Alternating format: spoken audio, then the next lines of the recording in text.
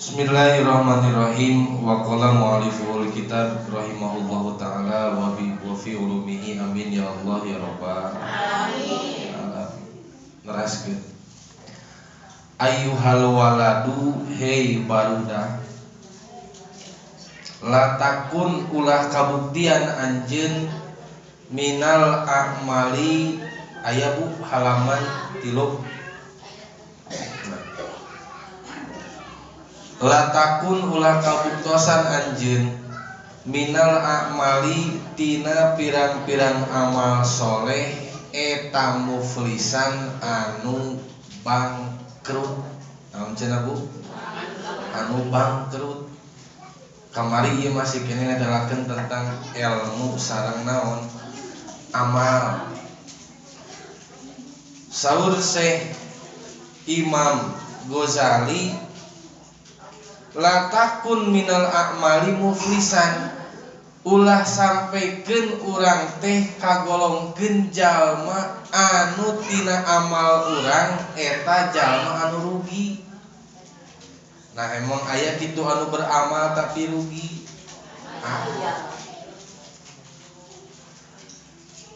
Amal osok tapi jadi jalma anu bangkrut ku amalna. Pertikeun kumaha?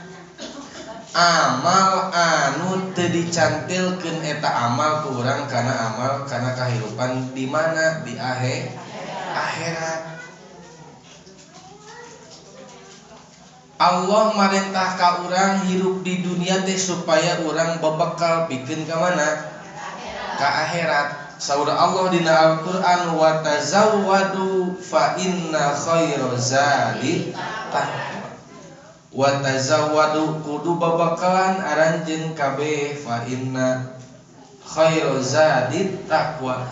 Jeung kudu kanyahokeun ku anjeun saenyana pangsaena bakal teh naon? Taqwa. Ari taqwa teh naon?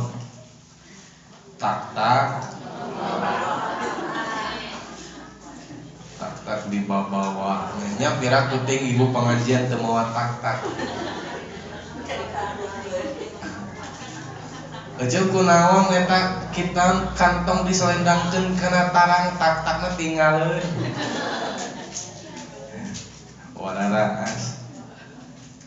Babakal kangge kahirupan di akhirat anu paling utama teh teu aya deui iwati takwa. Maka ulah sampaikan ke orang beramal di dunia tapi orang tega golongkeun jadi jalma anu rugi. Ibu gaduh karyawan, misalkan teh ibu teh pengusaha, gaduh karyawan 1000, amin. Gaduh padamal 1000, eta padamal nu 1000 damalna getol sadayana, tapi nalika waktu salat ku urang teu digiringkeun pikeun salat, maka urang teh kagolongkeun jalma anu bangkrut.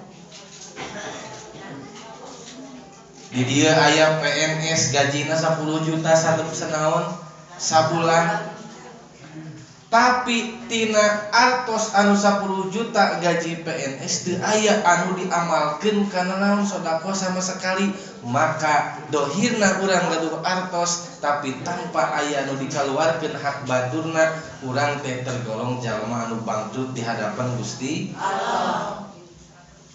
Maka nu kumaha anu sae mah tuh di mana-mana urang kenging naon bae perkara anu matak pimanpaateun kangge urang, bade bentukna nikmat, bade bentukna naon bae ku urang kedah langsung disyukuri, ku urang diulihkeun deui ka Gusti Allah. Lamun kenging nikmat rezeki sing emut kana syukuranana, pami urang kenging nikmat milik, urang sing kedah emut sedekahna kitu. Ulah sampikeun ka urang teh naon? Bangkrut ku amalna sorangan. Gaduh artos 10 juta dibanyakeun 10 juta anana, atuh teu aya sampeureun pikeun di akhirat. Wala minal ahwali jeung ulah kabuktian anjeun tina pirang-pirang tingkahna jalmi soleh kholian eta anu kosong. Ibu bade tumaros dupi tingkah jalmi soleh kumaha? Nu kumaha nu sae teh?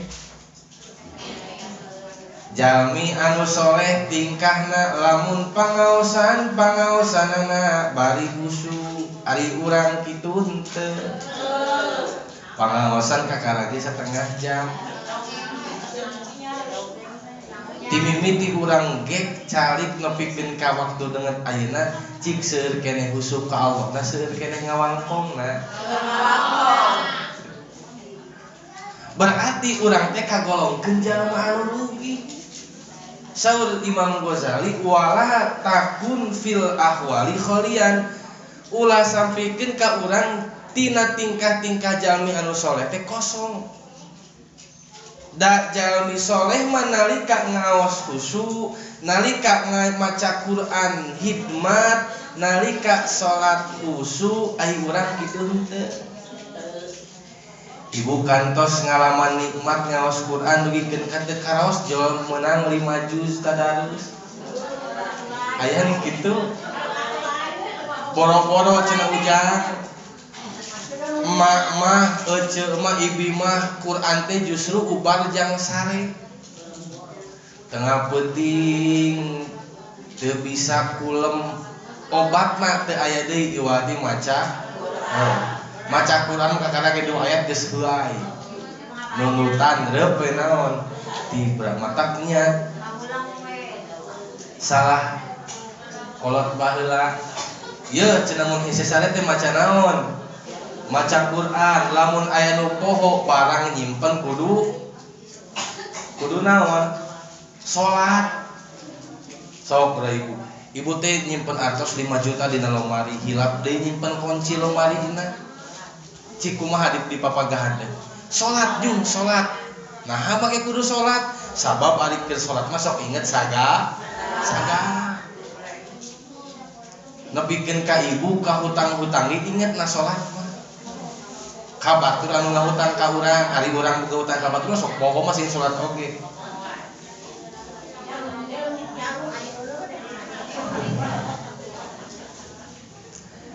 Jalmi soleh mah netepana ancah husu ka Allah diganggu ku kumaha oge ih husu we jalmi soleh mah.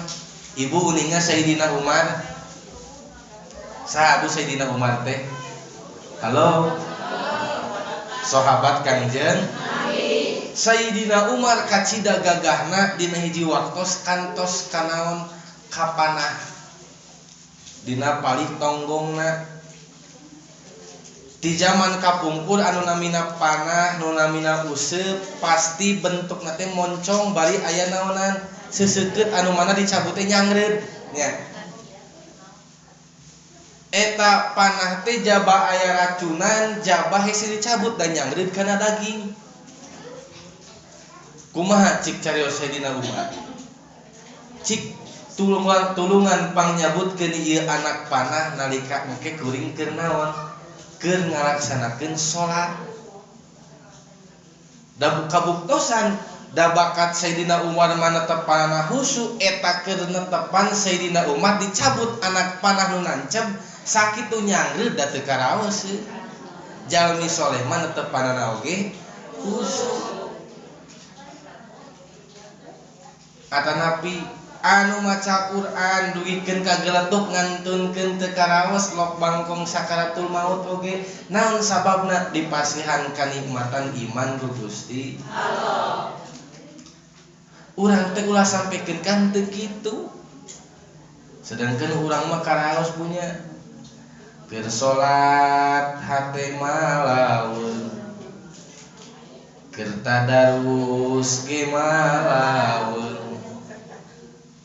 keur di pasar ge malaweun cacak sare ge malaweun. Sok budal leres urang. Alhamdulillah terus nah di pasar urang bisa husu da sieun loket aya nu nyopet, sieun balanjaan aya nu tinggalin capek kudu mayar ojek 2 balikan, tapi naha urang dina ibadah, tapi naha urang dina beramal soleh urang teu bisa. Aya naon dina diri urang? Abotnya punya. Nya eta teh. urang mah takwa teh ngan saukur baju, paribasa bajuna baju. Sedangkan esensi tina takwa mah jauh tepi urang teh. Ari takwa teh imtisalu awamirillah, midamal bari kaayaan urang sadar, bari urang ridho midamalna kana saban-saban parentahan Gusti Allah, eta disebut takwa. Wajtinabu jeung nebihan kana saban-saban perkara nawahi anu dicaram ku Gusti Allah. Nita salat urang ngalaksanakeun salat eta teh takwa. Allah nyaram urang pikeun nganyeri batur, hek urang teh teu nganyerikeun batur, urang teh takwa. Allah nitah zakat urang ngaluarkeun zakat, berarti urang oge takwa. Tah eta takwa. Mata mudah-mudahan urang mah sing kagolongkeun jalma teh anu resep ngamalkeun kana ilmu dina ibadah urang oge ibadahna anu khusyuk. Amin ya Allah ya Rabbal alamin. Watayakon jeung kudu uninga jeung kudu yakin annal ilma sanyana ilmu al mujarrad anu kosong tina amal la yakhudu biliyadi moal matak bisa nulungan. Naon cenah Bu? Moal matak bisa nulungan. Ilmu tanpa amal moal jadi dangdangan naon-naon.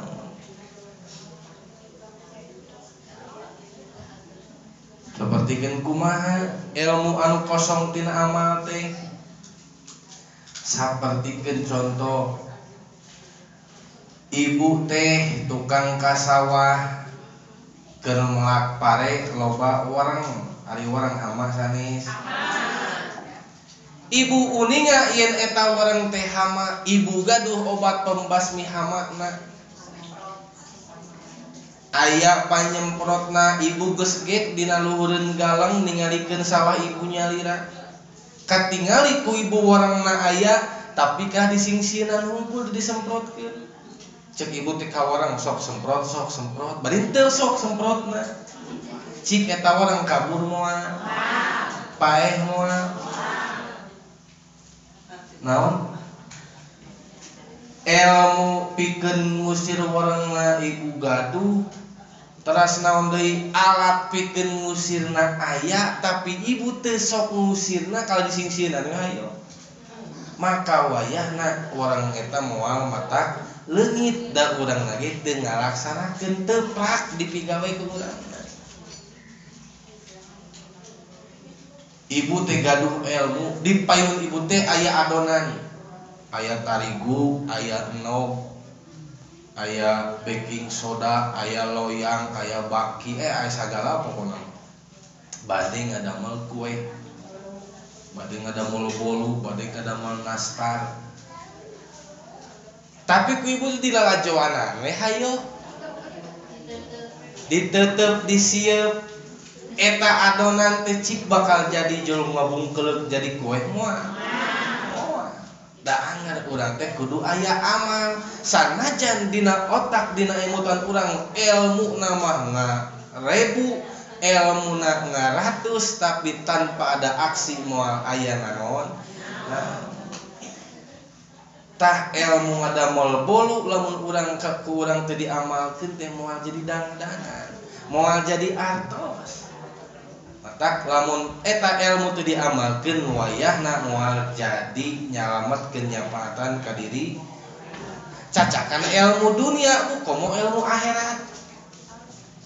Ibu ladang ngaos kemisan apal rarakatan salat rukun salat cek ibu teh aya 17 dikawitan niat nepikeun ka aweh salam ditungtungan kutar tartib. Apal rakatan salat bila amalin tapi teu prak salatna maka bakal cilaka di hadapan Gusti Allah. Ibu apal dina ilmu tajwid aya nadom wal ahdu bit tajwidi hatmun lazimun malam yujawidil qur'ana asimun ngaos tajwid teh wajib hukumna maca Quran lur tajwid kacida dosa apal ibu teh uninga yen maca Quran teh kedah ditajwidan dan teh ibu teh maca Quran wa ida wa sagala rupa teu jeung tajwidna maka urang bakal cilaka ku amal salat.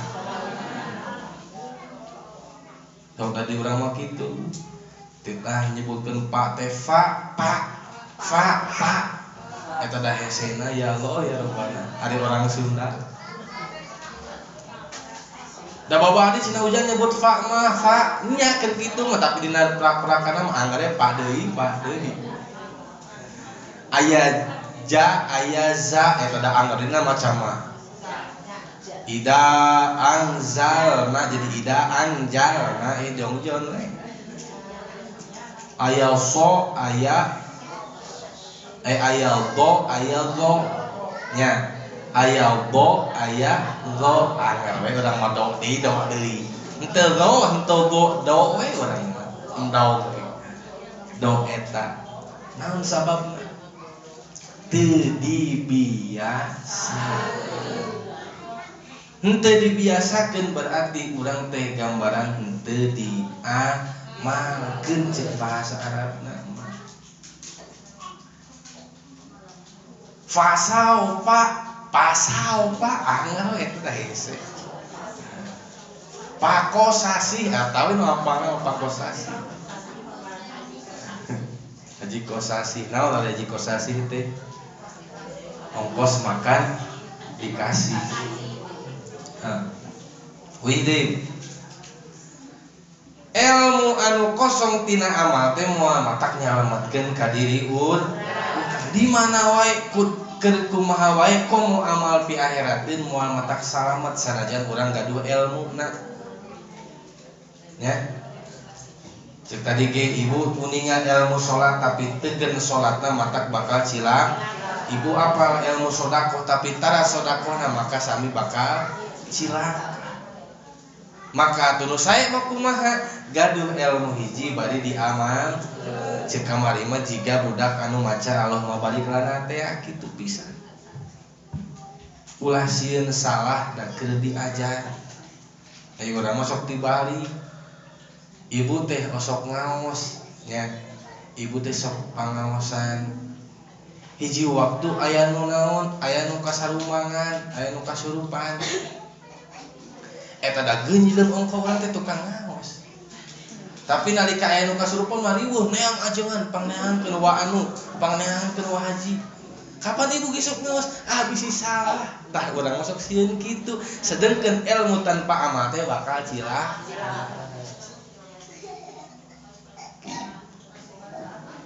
gitu urang masuk kadang-kadang sieun padahal urang teh gaduh ilmu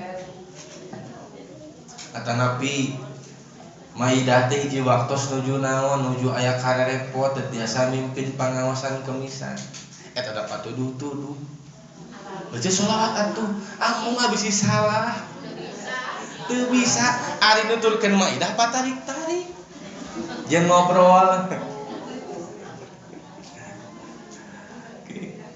mata kitu naon sababna urang teu tiasa lain urang teu gaduh ilmuna tapi urang langki ngamalkeunana jadi tidak terbiasa da di pasantren mah aya kitu Bu di pasantren mah aya istilah dipaksa terpaksa terbiasa nya budak nu tadina tara naon hiji dipaksa wihandai dipaksa terpaksa terbiasa nu tadina budak teh tara biasa nalar dipaksa kudu nalar wayahna di naon ditarget saminggu kudu menang 3 bab saminggu kudu kenging 10 bet saminggu kudu kenging 100 bet misalkan dipaksa nu akhirna budak nu tadina tara oge terpaksa nalar ladang terpaksa ari di terus mah dipaksa terus terpaksa terus dipaksa deui terus terpaksa deui nu akhirna terbiasa lamun tos terbiasa engkena bakal biasa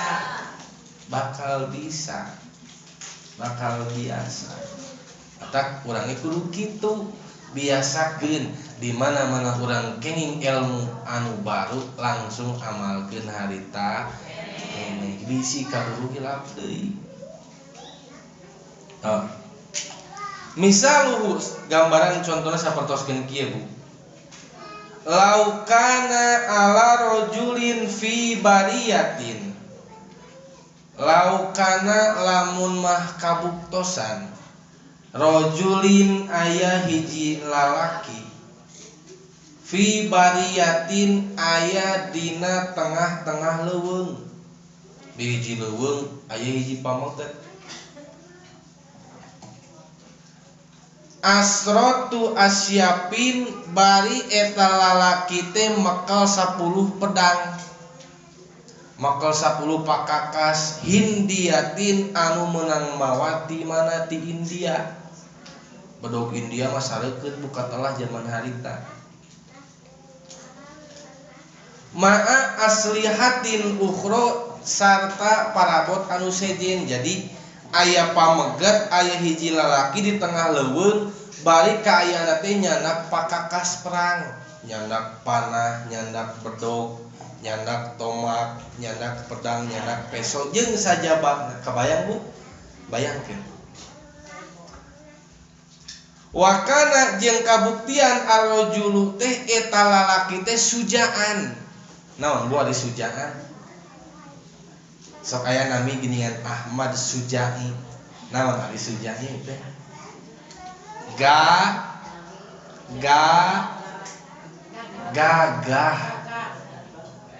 Sujaan teh Sujai teh hartosna naon? Gagah. Matak dina nganamian nami murang kali geuningan sepuh kapungkeun masuk sararae. Metik tapaul ti para jalmi soleh, tapaul tina Al-Qur'an, ari tapaul teh nurut buat supaya budakna jaga jadi jalmi anu soleh oge. Leres teu? Ahmad Sujai, Ahmad teh jalmi anu terpuji, Sujai anu gagah. Ahmad Fatoni, Ahmad teh anu terpuji, Fatoni teh anu cerdas. Nya Ahmad teh terpuji wah. Ahmad matak disunahkeun nyandak nami murang kali teh tina Al-Qur'an atanapi tina nami jalmi anu saroleh. Ieu model aya tina Qur'an. Ece murang kali terus dinamian atos di naon namina sae namina tina Al-Qur'an.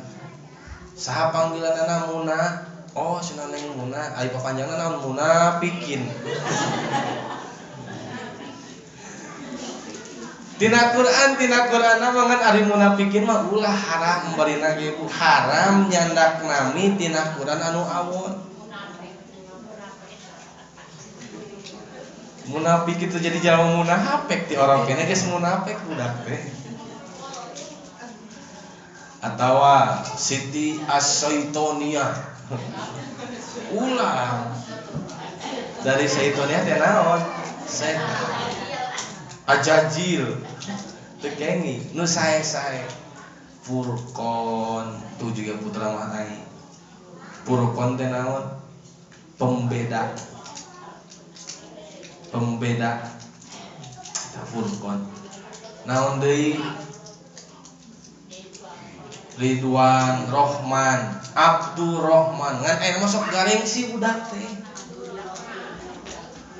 Dipasihan nami ku bapana, ku sepuhna Abdurrahman, daging si sakola teh. Eta budak dibere ngaran Abdurrahman, digerona teh Oman. Eta da ngadat ka bapana, bapak salah ngaranan kuring teh. Salah naon eta teh meunang ajengan Abdurrahman teh. Salah bapak nyieun ngaran teh. Kuring diledek di sakola ku babaturan, disebut teh Oman.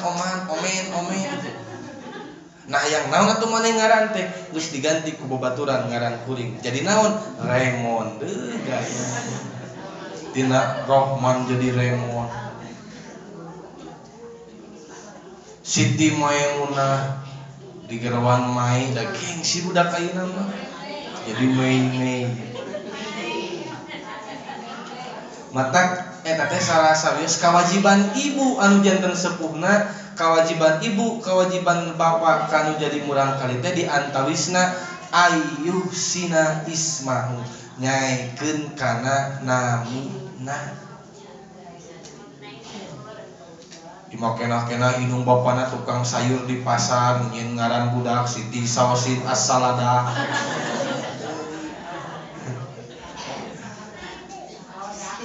Untung tekan kumoge. Aduh, ya Allah ya Rabbana. Sing sae masihan nami kamurang sujaan anu gagah. Wih deui. Saur tadi aya pamuda, aya pameget anu aya di tengah leuweung bari nyanak pakakas parabot naon? Perang, aya bedog aya sagala rupa. Wa kana rajulun sujaan jeung kabuktian oge eta lalaki teh anu gagah. Wa ahla harbin jeung ahli kana perang. Naon cenah Bu? Ahli perang. Gambaran jiga Salahuddin Al-Ayyubi atanapi jiga saha ahli perang teh? Tantri Salman Al-Farisi ahli perang hukum. Ahli perang teh gaduh strategi lamun perang, gaduh teknik perang nyalira. Kumaha carana nyekel pedang, kumaha carana nyekel tombak. Sok ibu dalam di pikiran urang manu teh tiasa perang. Jang naon perang mamawa tombak. Geus teu Bu? Sedangkan lamun dipikir-pikir mah da seukeut keneh badog, seseukeutna ge jabalega, tombak mah jangan saukur mencos sungkul. Nya, lamun dipikir tapi kan da aya teknik-teknik masing-masing. Terus cek anu nyekel bedog, cek nu nyekel panah, jang naon mamawa bedog. Mending keneh panah mah teh kajauhan oge geus mawat musuh teh. Bodog mah kudu terong-terang hareup-hareup heula. Da lamun anu teu gaduh teknik jeung elmuna. Tah ieu pamuda mah kabuktosan nyandak parabot perang, nyandak bedog, nyandak pedang, nyandak tombak bari ahli dina perangna. Fahamala eta jalmi anu gagah kacida ahli perang teh paamprok parawis di tengah leuweung paamprok alaihi kaitu si jalma asadun kana hiji maung. Paamprok jeung maung adimun anu kacida ageungna muhibun bari eta maung teh anu galak. Kebayang Bu, di tengah leuweung aya hiji lalaki paamprok jeung maung. Cik lamun urang rek kumaha? Famadon nu kacik sok kumaha bayangan anjeun. Kumaha anu kabayang ku urang? Hiji lalaki paamprok jeung maung di tengah leuweung bari kaayaan mawa pakakas. Lamun dek ditombak aya tombakna, lamun dek dipanah aya panahna, lamun dek dibeset bedog ku bedog aya bedogna. Famadon nuku kumaha gambaran bayangan urang. Hal pertanyaan anak, hal tadfa'u naha bakal bisa nolak naon al aslihatu itu tombak sarrohu kana kaganasan itu sasatuan bila istiqmaliha tanpa dipake wador biha jeung tanpa dibesetkeun. Nah bakal manfaat eta bedog, nah bakal manfaat eta tombak nyalametkeun dirina dina kaganasan eta maung lamun teu dibesetkeun. Nah bakal salamet moal. Maung galak rek ngarongrong ka urang mawa parabot tapi teu ditojos-tojoskeun acan. Kala cuk teh tojos sok tojos. Sok sia tojos kabur moal mau. Oh anu aya ge urang diopi ku mau. Da anu matak nyalametkeun teh naon urang pagede-gede kawani jeung maung lamun maung ngarongrong ditubles ku urang beuteungna ku tombak. Dibeset ku urang beuteungna ku pedang eta nu matak nyalametkeun. Leres Bu? Sanajan mawa bedog, mawa parang, mawa peso tapi lamun teu dipake mah nya wayahna urang moal salam. Moal salam. Gitu.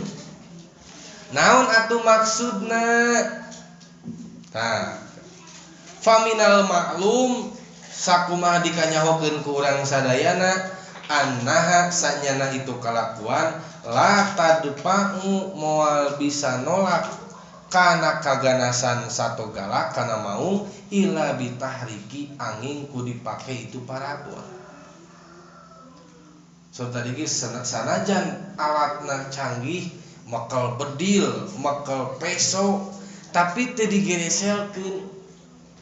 Nyawayana lain urang anu nyilakakeun ka satogala, tapi urang nu dicilaka ku sato. Gitu. Nya gambaran tadi cik abi ge ibu ka sawah aya warang dek disemprot gitu sok sia semprot. Atuh moal kabur kurang kudu ge semprotkeun we. Langsung teu kudu diancam sagala. Atawa ibu teh geus pusing aya wae orang nyieun plang banner badag 15 meter ka 2 meter ngubeng sawah ibu sorangan bari tulisan dengan tulisan kieu hama dilarang masuk eta hama rek asup moal nya anger we dah hama moal disaeun maca kumaha cara ningaleungitkeun hama nya disemprot urang ku anti hama kitu oge urang dina kahirupan sanajan urang berilmu ilmuna luhur gelarna panjang pengalamanana seueur tapi dibenturkeun jeung hiji masalah teu aya nu dipake eta ilmu teu aya nu dipake eta pengalaman maka masalah na moal beres sanajan ilmu luhur sanajan disebutkeun ye boga ilmu ngomekeun bangunan ya boga ilmu atanapi sarjana teknik bangunan insinyur tapi dina nalika di imahna aya nu bocor kenteng hiji teu bisa ngomekeun acan teu daek ngomekeun acan nya bocor nepikeun ka iraha oge atanapi di bumi urang aya keramik anu beulah eta keramik beulah teh urang teh kabayang kumaha cara ngomekeun tinggal semenan saalit tempelkeun deui teras bersihkeun beres kabayang ku urang teh oh nya cara masang keramik nu beulah mah tinggal naon ketrek heula terus adukan terus semenan tempelkeun deui terus cor ku semen baseuh lap garing beres tapi teu prak jeung amanat bakal sae deui moal maka atuh nu penting teh lain ilmu di hadapan Allah tapi naon amal ya santri ngaji mang tahun-tahun heuy ngobrolkeun ngaji mang tahun-tahun tapi balik tara diamalkeun paribasa teh isin gilang teh angkat ka pangawasan UI teh ararisin eta ilmu anu aya dina diri eleh ku ka isin maka moal manfaat layan fa'u moal matak manfaat jeung layas lahu moal matak maslahat bahkan balik di hadapan Allah ke di poe kiamat ilmu anu aya dina awak urang teu diamalkeun tanpa aya amalan lain matak nyalametkeun balik tak bakal jadi nyilakakeun negeni saur kamari oge kasauran saha Syekh Junaid pertentang kaitu kadieu mituturan ka batur nyarios ceramah ka mana-mana masihan ibarat masihan isyarat nyontoan gawe ka batur saur anjeunna teu aya nu matak jadi maslahat teu nyalametkeun ladang nyarios mituturan ka batur teu nyalametkeun ladang naon ladang nyontoan gawe ka batur anu nyalametkeun tina sineuna neraka manaon salat 2 rakaat dina waktu tengah peuting naon maksudna sanajan urang mineng minteran ka batur mere cacaang ka batur tapi urang teu daek ngamalkeun mah urang ge anggal we moal matak manfaat bakal cilaka di hadapan Allah gitu. Tak ulah sok aya paribasa ulah jadi ilmu lilin naon ari ilmu lilin kabatur nyaangan ari awak sorangan beak kabatur mah ibu ari ngomong teh kudu sae nyarios teh kedah anu amit kedah nu sae kedah apik hati-hati nyarios ulah nyarios nu sakabak-kabak ulah ka mana meuni di mana wae kudu eling tapi ari nu ngobrolna ka mana meuni tapi anu ngobrolna malaweung wae atuh nu kitu mah gumurung galeno naon gumurung galeno teh ngeburung jeung nu aku rupa pada gelo anu ngobrol jeung nu ngupingkeun mata urang mah ulah kagolongkeun nu kitu urang mah sing tiasa anu mituturanana sing tiasa ngamalkeun urang ibu anu ngupingkeun lagi sing tiasa ngamal amin ya Allah ya rabbal alamin teraskeun fakada jeung nya kitu deui lau qoro'a lamun mah maca saharojulun hiji lalaki mi'ata alfi mas'alatin kana 100.000 masalah ilmiatin anu bangsa ilmiah lamun mah aya hiji jalmi anu macaan mempelajari kana naon karena 100.000 permasalahan bangsa ilmu dipelajari tentang sholat kumaha lamun keur sholat urang hitut berarti batal apal karena pangbatalan sholat lamun hitut kumaha lamun keur sholat culang cileung maka sholat nage batal apal karena batal culang cileung kumaha lamun keur salat teh urang bari aya nu nyelap dina gigi hegdi teureui maka salatna batal uninga kana batalna barang tuang dina salat tapi tanpa diamalkeun kade walau qoro tak bahasa lagi walau qoroat lamun mah maca mempelajari karena 100.000 permasalahan dina kahirupan ilmiatin anu bangsa ilmiah wa ta'allamaha jeung mempelajari dibaca dipelajari nepikeun ka hati ku dirina ibu teh ngartos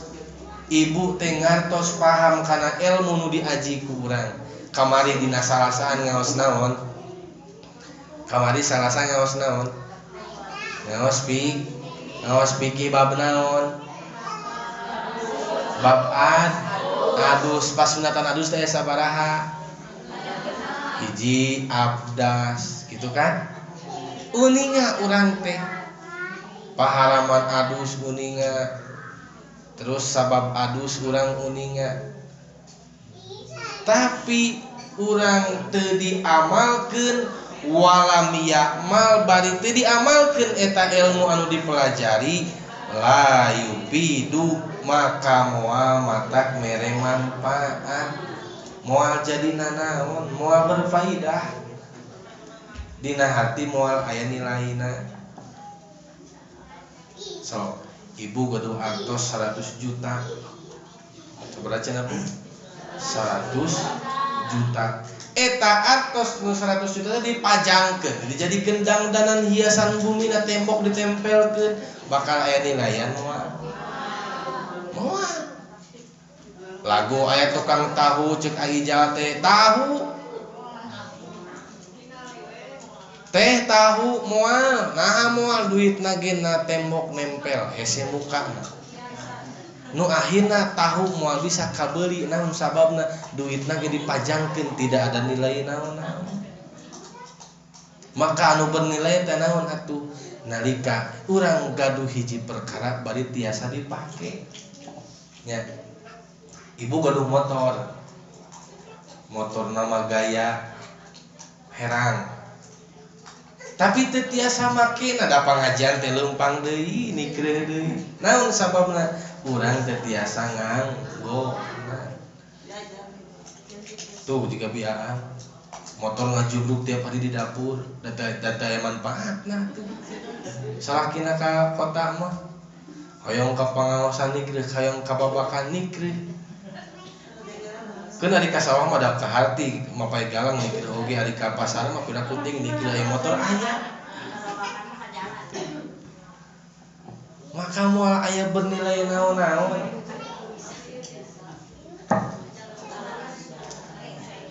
Wideuy anu penting teh naon cenah Bu? Amal ladang ilmu lain ilmuna anu lebih penting mah nyaeta naonana amal. Atuh cenah ari kitu mah geus we dari moal diamalkeun mah teu kudu ngaji.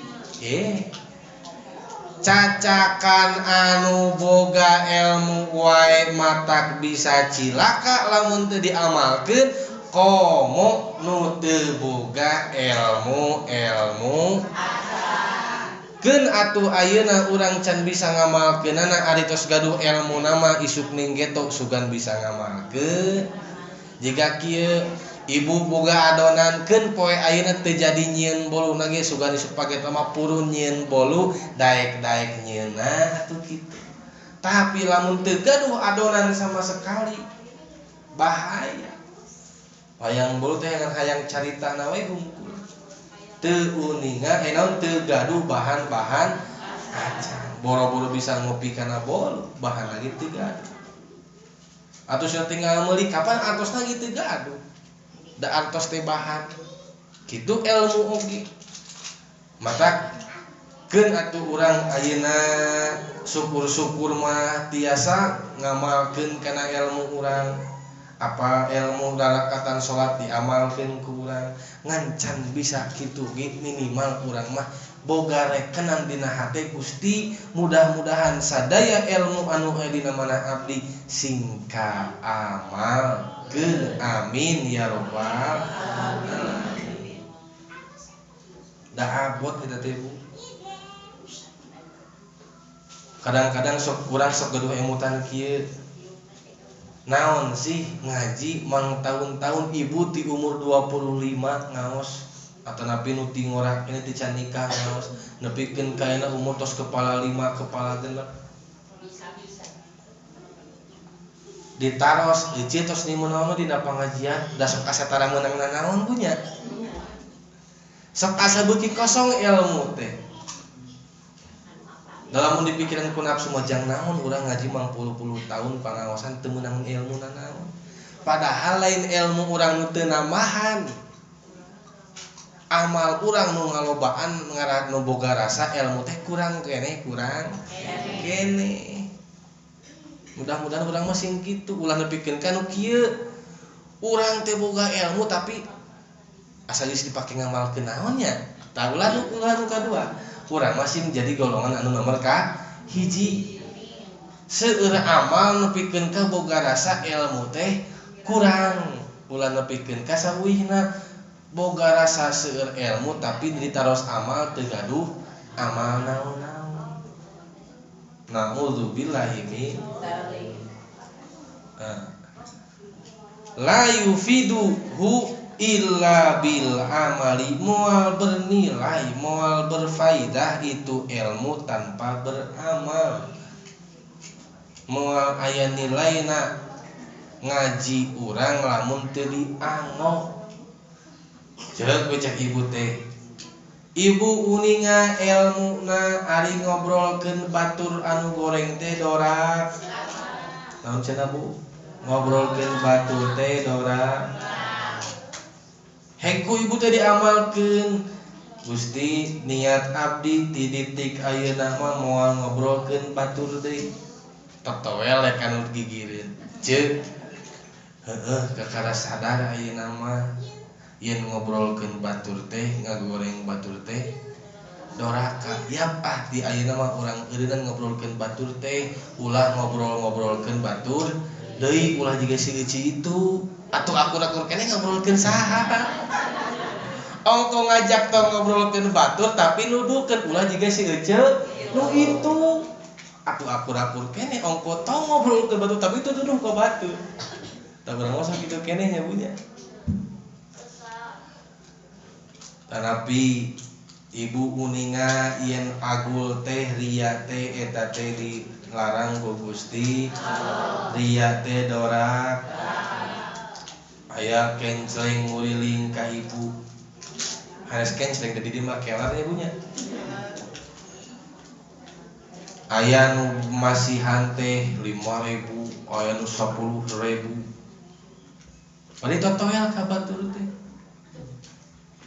tinggal itu aya 10.000 nak kelak apa teh itu bisa di abi eta teh di beja-beja ladang amal eta teh tekeng atawa nuju Idul Fitri disebutkan ku DKM teh sedekah tidak tetap dari hamba Allah 150.000. Ibu teh maksud disebut hamba Allah teh tulisan hamba Allah teh embung kauninga sedekah anu ti urang eta da kata toel ibi apa teh hamba Allah saha abi manya hamba Allah ngaku-ngaku dari hamba Allah mah diaku ku Gusti Allah lain urang ngaku-ngaku lebah anu koret tara daek ngenceleng acan hiji waktu kapaksa daerah ku batu dicontohan ngelefekeun artos kana kenceleng kapaksa ngodok acis kocopak dari nasakuna teh acisna teh seueur dipilihan kieu milihan teh nu 2.000 bus nu 2.000 teh diasupkeun aya di tukang aya nu totoel maksud nu totoel mah duitna 100.000 murag aya sangkaan manehna pangasupkeun kana kenceleng eta di pas Noel di Malik geus diasongkeun acis teh dicanak ditilepan ku maneh teh bus kana naon kenceleng ari kenceleng geus liwat geus jauh ditoel ku saha kudu dipengker teh bapak ari eta mah atos bapak tadi murag eta tegeunana ge beak karep teu nikmat dahar-dahar acan nepikeun kadatang ka imah DKM bapak punten pangmukakeun koropak tadi abi atos murag 100 aya nu kitu di urang naudzubillah ini teu aya di urang tos we ikhlas gitu tah didinya urang pentingna ikhlas teh aya ikhlas aya ridho naon bu ngabedakeun ikhlas jeung ridho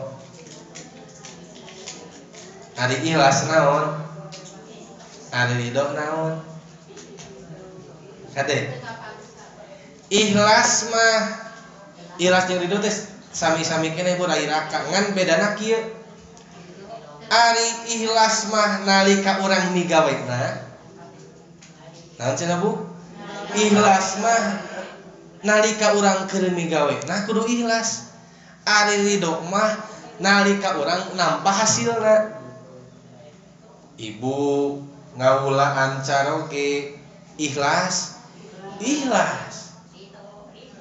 ibu ridho caroge kawin deui tah eta kudu naon kitu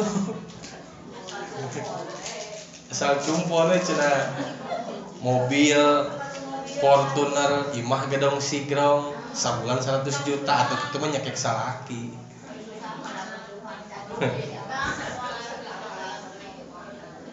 jor we cenah ari dae-daekeun mah cenah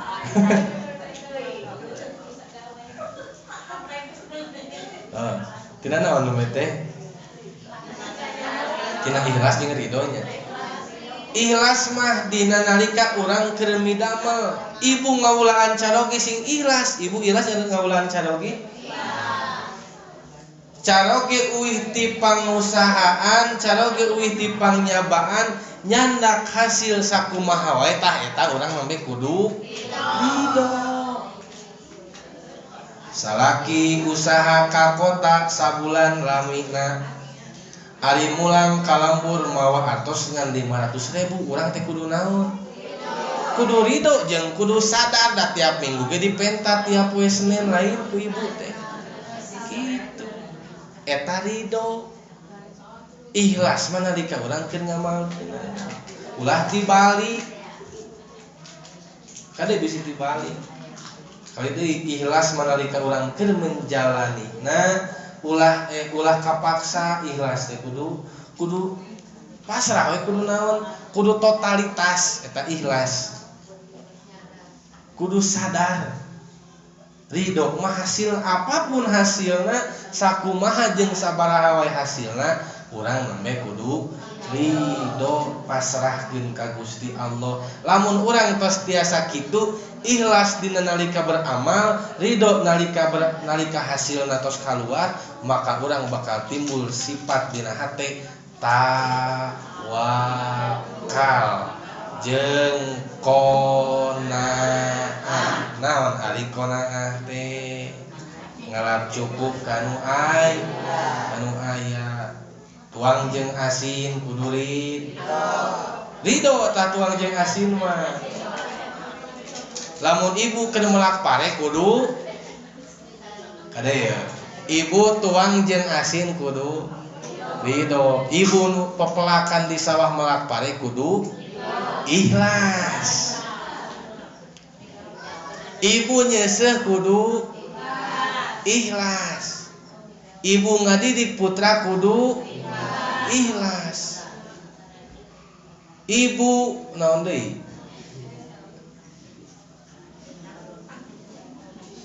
Naon ibu pada mulan di bumi, ibu ngisikan, ibu nyangu, masak ta eta kudu ikhlas. Dibere baju ku saroge, hek baju teh gomrang teuing, ibu kudu ridho. Dalamun teu ridho mah urang teh bakal kapoekan, Bu. Lamun urang tara dipihelaan dina amal ku ridho ka Allah, urang sok babalik kapoekan. Tapi lamun diheulakeun ridho mah moal. Contoh, ibu teh pangmeulikeun acu ku caroge, hek acu teh gomrang teuing, da geus poho kana ridho. Ti iraha cenah maneh salingkuh. Geus poho kana ukuran baju pamajikan acan. Tuh geus mulai suudon ka salaki, peda salaki salah meuli ukuran baju. Tapi lamun urang heulakeun heula ridho, akang ditampi ieu acu. Mudah-mudahan sing manfaat, sing maslahat, sing tiasa dianggo ibadah. Keun ieu teh punten akang acuk teh rada gomrang, wios gomrangna mah ku abi bade dialitkeun ka tukang jahit. Ngan abi bade tumaros ari akang ngemutan naon nuju meser acu. Nah ngemutan batur anu leuwih geulis tuh kan moal jadi naon? Moal jadi papasehan. Da urangna ridho heul. Ari urang mah sok kapoekeun ti heula. Aya we nu ngaWA ka salaki urang teh peda teu aya ngaranan. Jol menta naroskeun dupi bumi teh palih mana fotona istri. Urang mah geus pasehat udah ka salaki. Pugu mah tukang paket. Nanyakeun bumi teh palih mana? Marukan urang mah sangkaan teh nu ngora rek ka imah. Tuh sabab naon? Urang mah geus suudon ti heul. Pugu mah tukang paket rek nganterkeun baju urang nu tadi. Kitu tah urang mah tak payunkeun ikhlas, laksanakeun ridho, insyaallah hirup oge bakal hatta eta ladang tina ilmu. Matak lain ilmu anu urang teu nambahan tapi ladang amal urang anu nyeueur. Wa misluhu aidon. Contoh anu sanes ya Bu. Laukana lamun mah kabuktian li rojulin di hiji lalaki. Kade Bu, dina kitab sok aya bahasa nu dijadikeun contoh teh rojul, ari rojul teh naon? Lalaki. Nah cenah betara dicontohkeun awewe mah. Kade, sanes berarti ibu teh dicontohkeun ngan ari lalaki teh gambaran naon? Gambaran di mana-mana disebutkeun lalaki, istri ge kacacana arijalu qawamuna ala nisa. Lalaki mah ngalindih kanu jadi awewe. Maka lamun disebutkeun lalaki berarti istri ge ka bawah. Matak hiji bahasa nama rojulun, hiji lalaki, tapi secara harfiah maknana berarti semua manusia anu aya di muka bumi. Sanajan kalimatna jamak tapi sok kadang-kadang jamak man duduhna ka istri. Kulu jam'in muannasun, adu sok lobaan mah awewe. Sok we budak ibu heureuy jeung lalaki jeung barudak babaturan anu sejen. Hegelut heureuy na teh mawa baladna disebutna ge naon? Ih jiga awewe nu sok ruang riung mah saha? Otaknya nepikeun ka ayeuna nu sok ruang riung mah saha? Awewe. Nu warujak awewe, anu sok ngagosip anu sok pangaosan ge saha? Awewe. Alhamdulillah. Sanajan kurang sok ruang liung, sanajan kurang sok ngarujak di pos, tapi kurang mah teu oleh angkat ka pangaos. Alhamdulillah eta teh nikmat anu kacida ageuna kang ibu. Da eleh bapak-bapak di dieu mah ku ibu-ibu teh. Urang mah nya ge kadang-kadang seueur cap awonna di masyarakat, hanya cap awon ka urang, tapi sok seueur istilah awon anu dituduhkeun ka ibu, tapi ternyata dina tingkat ketaatan ka Allah mah urang teh bisa nyalikeun bapak-bapak. Pengajian mingguan anu hadir ibu-ibu teu aya bapak-bapak. Ari lain malam Jumaah mah eta ge 2 siki. Anu tahlilan ayeuna mah geus ngageser nu hadir teh ibu. Ari bapak-bapak ka mana? Cenah bapak-bapak mah ku ngajurungkeun geus menang ganjaran. Nya menang ganjaran mah ngan piraku urang terek ngajurungkeun hungkul. Cek carogina teh jiga kieu. Mamah jung geura liburan. Ieu ongkosna, ieu tiketna. Ai lebah ibu numpak kana kapal dadah-dadah ka salaki kikian dina lureun kapal teh. Salaki hayang milu. Cik ibu kumaha? Henteu kapan dina prak-prakan lagi kitu ngajurungkeun hungkul ka ibu teh lain, jung ngaji, jung tahlil, engke kakara riweuh kana berkatna kan kitu. Tah eta teh gambaran kitu. Gambaran ngajurungkeun ka ibu liburan ka itu ka dieu numpak kapal nalika ibu rek mangkat hayang milu tah kitu. Ari kana tahlil mah teu daek ini ari berkatna pangheulana mah sek. Caroge ibu kana kitu. Tak lamun ibu poho ka salaki, tinggal inget-inget we salaki ibu mah tukang naon? Tukang riweuh murah. Pipiti. Eta salaki ibu. So, aya nu hajat nikahan. Mere uleman ku pipiti. Nu riweuh musek pipiti saha? Bapana. Ari nalika mayar naon ngemohan neumeulekeun ka saha? Bener teu? Kuat udah kitu-kitu bisa duit nama ti bapana. Laras ti bapana. Ngan sing aya andil duaan utamina dina ibadah ka Gusti Allah. Ari ka budakna ngajurungkeun jangjung salat, jangjung ngaji, jangjung ka masjid, ari bapana teu nyontoan, ari emana teu nyontoan, tong harepkeun budak urang jadi budak anu soleh. Jangjung pangaosan, jung ini ka tempat ngaji tapi bapana kalah ngador-ngador naon ngengere kana hayam wayana budak soleh teh hanya isapan jempol belakang. Naon cenah Bu isapan jempol harus naon kudu aya sinkronisasi antara sikap urang jeung sikap budak teh bakal sinkron lamun urangna bisa nyon. Gitu. Tina naon bieu? Oh tina ayat rajulunnya. Laukana li rajulin harorotun kabuktian aya hiji lalaki anu kena ku panyawat panas. Panyawat panas naon mun di urang mah panas tiris. Kenapa?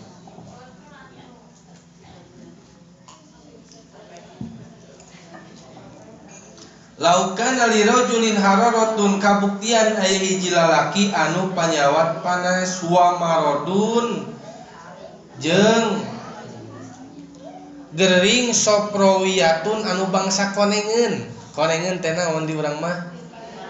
Lipar.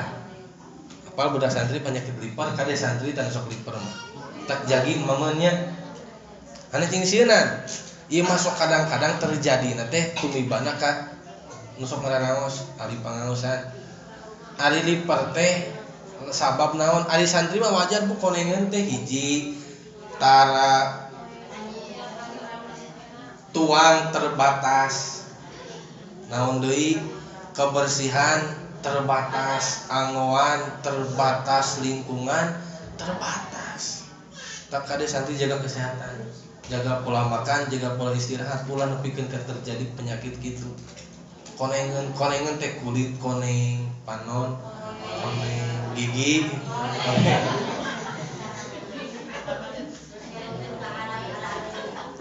Ari untuk koneng malin konengen jarang ngosok buntu. Allah ya Allah. Tuh lamun kitu mah atuh micin konengeun nya. Ayeuna teh panyawat konengeun teh sagala karaoneng kulit jadi muning. Aya kajadian hiji lalaki anu panas kacida jeung eunteu panyakit konengeun panyawat liper. Yakunu bari kabuktian itu rojul bari kabuktian itu penyakit naon ijaluhu obatna teh bisukan jabini ku obat sukan jabin. Ari sukan jabin teh naon? Dangdaunan. Sok ibu obat koneng ku rempah-rempah sanes. Obat koneng di urang sok nganggo naon? Ku harnis, ku tutut. Tah di Arab mah ku sukan jabin berupakeun ramuan tina dadaunan. Wal kaskabin jeung ku rempah-rempah. Fala yahsulu maka atuh moal hasil naon alburu kacageuran illa bistimaliha angin ku makena kana itu obatan. Maksudna kumaha? Sanajan naon sakumaha parahna ge panyawat anu aya dina diri urang pasti aya obat. Lamun hayang cager teu aya deui solusina iwatin muang kana landong ngaeut kana obat. Sanajan urang naon berobat ka rumah sakit ka mana-mana ka dokter anu mahal, ka spesialis, tapi urang teu keur sanuang obat damang moal. Tah damang obat teh gambaran amal urang. Ikhtiar urang ka Gusti Allah supaya urang sehat deui. Ade gamun urang keur teu damang si ngaguguk ka dokter teh. Keur nyeri waos cek dokter teh ulah nuang anu teu teuasan. Dor ibu ngopi seblak garing, atuh dudukan nyecep eta kerupuk kana gugusi bareuh deui. Kitu matak urang sing nurut ka dokter. Duikeun ka abi kapungkur kantos teu damang parah. Cek dokter teh, wayahna ieu mah salami sasasi ulah barang tuang dadagingan. Ulah tuang bubuahan. Ulah tuang lalaukan. Ulah tuang dangdaunan, da lain sasatuan.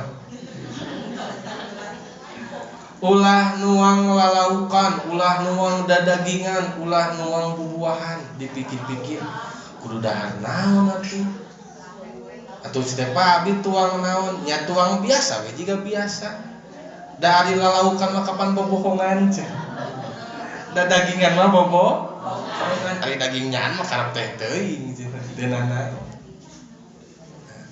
Teu aya obat, teu aya panyawat anu teu aya landongna. Ngan sanajan aya landongna ari urangna teu keur salalandong mah nya moal damang. Ibu gaduh bisul dina bujur teu diobatan panasilis dijidudan karaos moal. Jijidudan lagi moal aya. Komo bisulna bisul beunyeur. Ibu ningal bisul beunyeur. Abi kantos ngalaman nuju masantren ke barudak. Bisul ageng mah kapan ageng hiji yang celing geuningannya.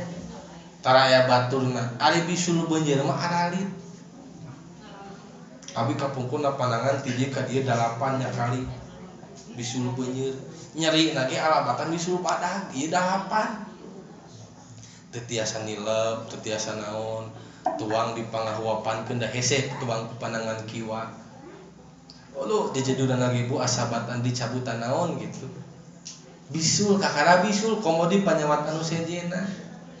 Komo barudak santri mah aya budu nya dina palangkakan. Bener? Ngalaman? Keun ulah sieun. Lamun urang bener-bener ngaji na keur budug kitu ge bakal leungit. Bu abi gaduh rencangan moal disebatkeun namina bisi janten kahawenan. Budug saawak-awak hideung. Keur mah orang NTT, ari orang NTT mah pasti naon? Hideung kulitna teh ieu budug. Jadi hideung kehejo-hejoan jiga naon nya? Jika kulit jika baju tentara lah gitu.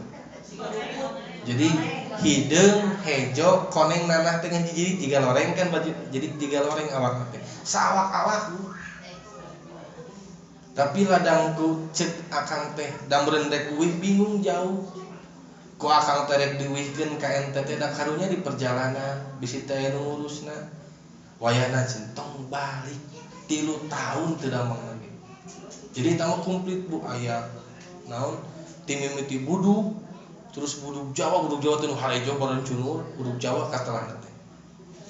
Terus aya eksim, ada eksim teh panyawat sapertikeun kudis kurap, ari kudis kurap makan luaran kulit, ada eksim mah luhureun daging handapun kulit.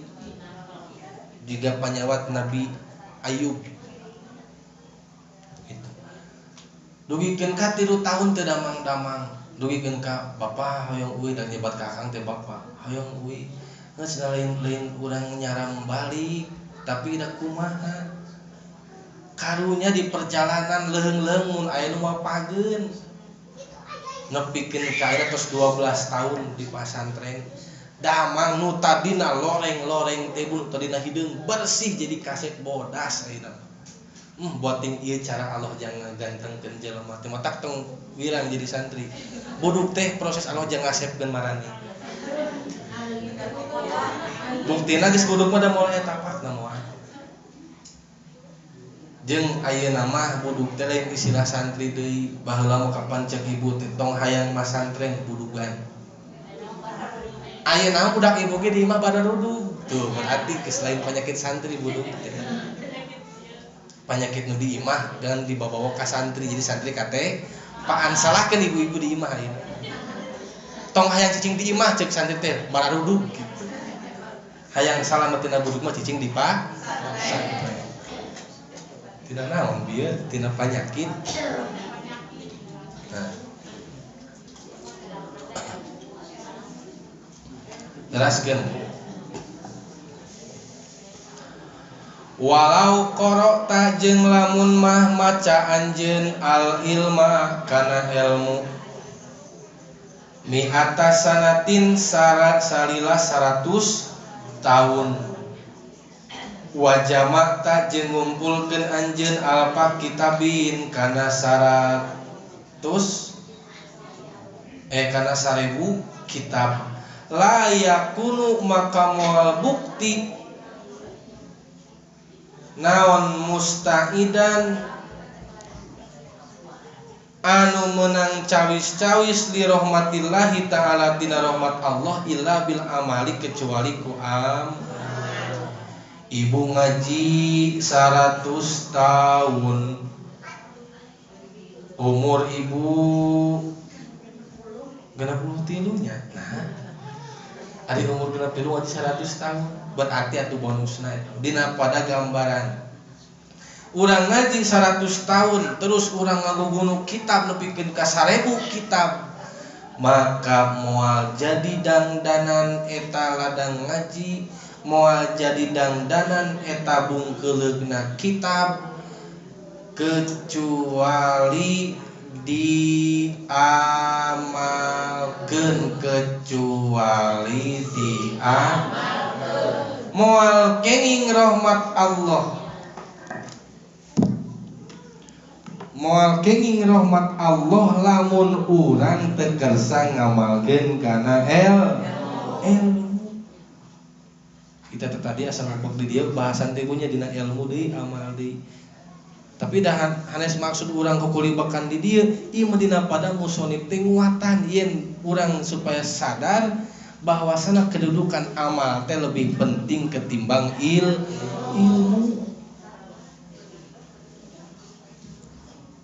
Kitabna dipajang dina ruang tamu di lomaria. Kitab dimimiti kitab Sapinah nu ipis lu, kitab Ayuhal Walad Jurumiyah nu alaripis sungkul. Mulai kana kitab nu kandel Tafsir Jalalain.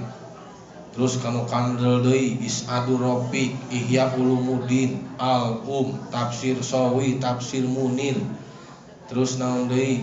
Sagala kitab ngajajar dina naon lomari naonna ruang tamuna tapi teu diamalkeun, tapi teu dibaca-baca acan. Bahkan kitab lagi timimiti mesen nepikeun ka ngajugruk can pernah dibuka-buka dan niat najang pajangan hungkul meh jiga pernah ngaji. Maka moal jadi syafaat balik ta eta kitab teh jadi naon, jadi ngamadaratkeun ka urang, bakal menta pertanggungjawaban ka urang di poe kiamat. Da anu bakal dirahmat ku Allah mah, anu bakal diberekannya aku Allah anu mana? Anu urang beramal. Wala wa an laisal insani illa ma sa'a. Saur Allah dina Al-Qur'an. Wa anna laisal insani jeung moal ka manfaatan, moal aya manfaatna al insani pikeun hiji jalma, pikeun hiji insan illa masaa angin anu migawe itu jal moal aya manfaat.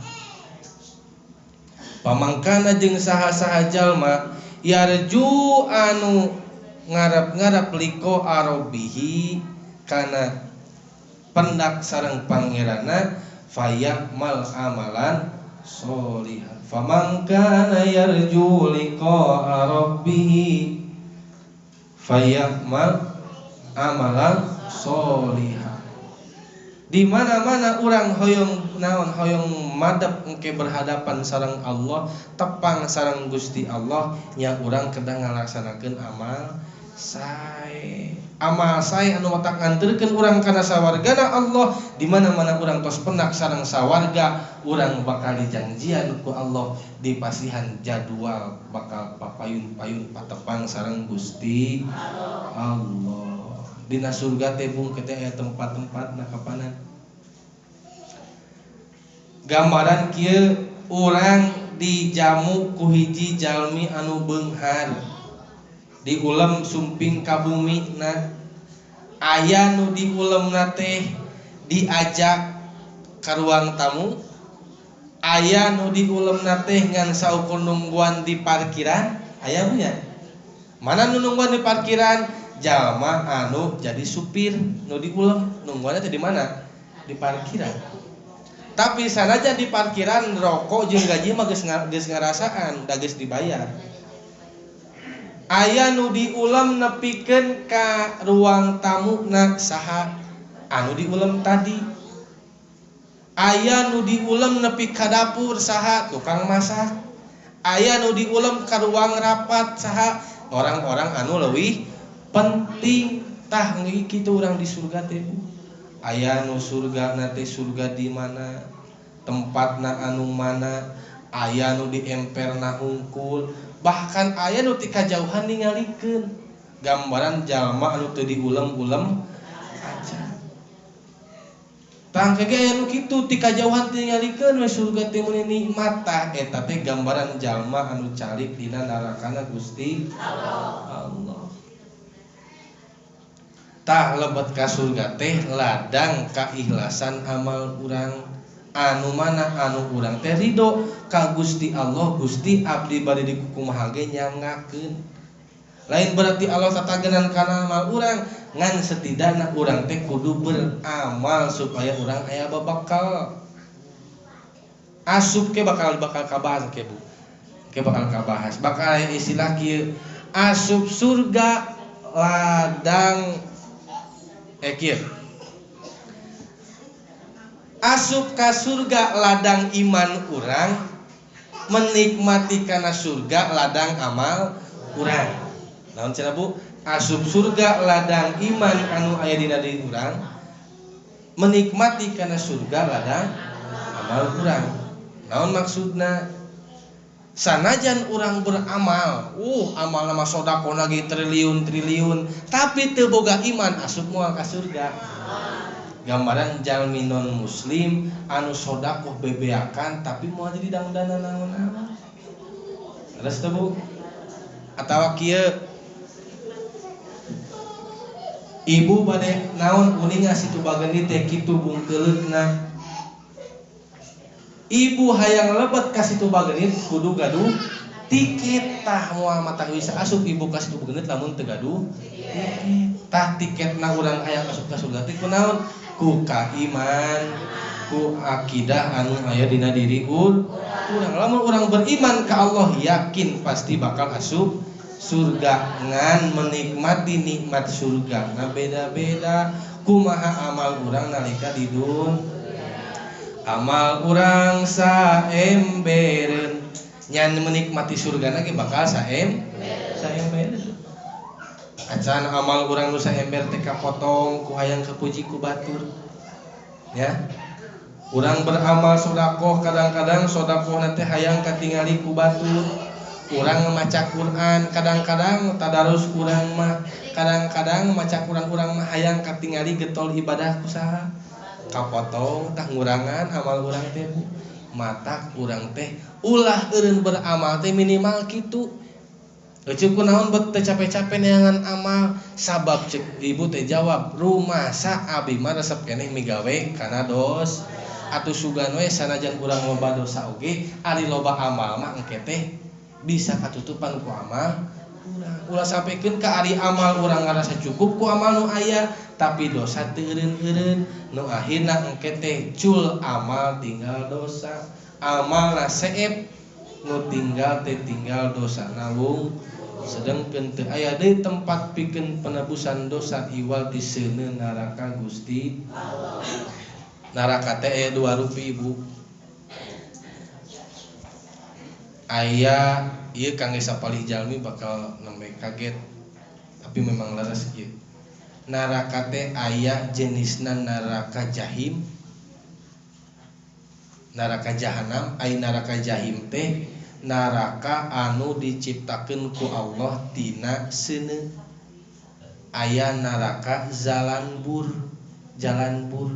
ai neraka jalanbur mah neraka anu diciptakeun ku Allah tina es jadi kita aya 2 rupi hukuman teh aya anu di seuneuan ku seuneu neraka aya anu dibekukeun dina es kantun milih urang bade nu ka mana cenah asa mending dinu esnya ih gagabah lauk oge dibekukeun paeh kapan ibu mata keduana lagi sami siksaan mah kata ibu teh dibekukeun terus dibekukeun dihancurkeun dibekukeun deui dihancurkeun jiga lagu mengandung lagi